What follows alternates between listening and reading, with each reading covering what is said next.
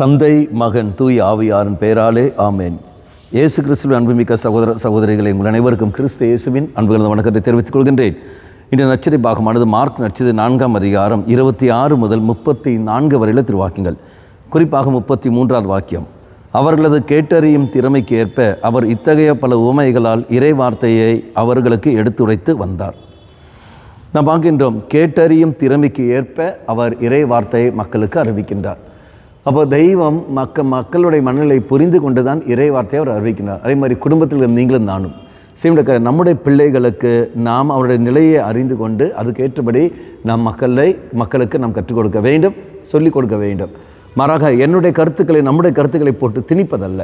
அவருடைய மனநிலையை நாம் புரிந்து கொள்ள முடியும். பெற்றோர்கள் உங்களால் மட்டுமே தான் உங்கள் பிள்ளைகளுடைய மனநிலையை புரிந்து கொள்ள முடியும். காரணம், அவர் உங்களுடைய சொந்த தசையும் இரத்தமாக இருக்கின்றார்கள்.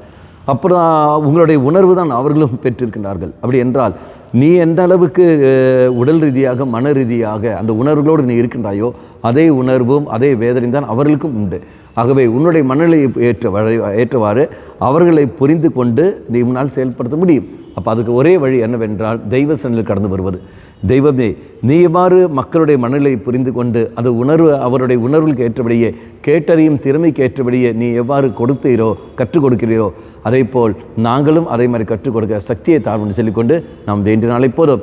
பலிப்பிடத்தில் வந்து பெற்றோராகிய நீங்கள் மன்றாடுகிற சமயத்தில் நிச்சயமாக தெய்வம் தருவார். ஆசிரியர் பெருமக்கள் தங்கள் மாணவ மாணவிகளுடைய உணர்வுகளை புரிந்து கொண்டு அதுக்கேற்றபடி பாடங்களை நடத்துகின்ற சமயத்தில் மக்களுக்கு ஈஸியாக புரியும். இதே மாதிரி தான் ஓரோ துறையில் இருக்கிறவர்கள், எல்லா துறையிலும் இருக்கிறவர்கள், அதிகாரிகள் தங்களிடத்தில் ஒப்படைக்கப்பட்ட அந்த மக்கள் அவருடைய மனநிலையை புரிந்து கொண்டு அதுக்கேற்றபடி வழி நடத்துகிற சமயத்தில் நிச்சயமாக நமக்கு அங்கே நன்மைகள் கடந்து வரும். இறையாட்சியானது இந்த மண் உலகில் மலர்ந்திடும். கண்களை மூடிக்கொள்ளுங்கள்.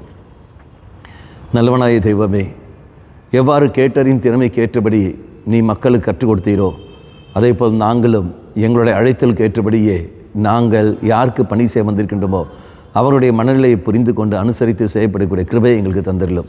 நம்முடைய தூய ஆவியின் தூண்டுதலும் தூய ஆவியின் வழி நடத்துதலும் தூய ஆவியின் ஞானத்தினால் எங்களை இப்போ நிரப்பி அதுக்கு செய்தரலும்.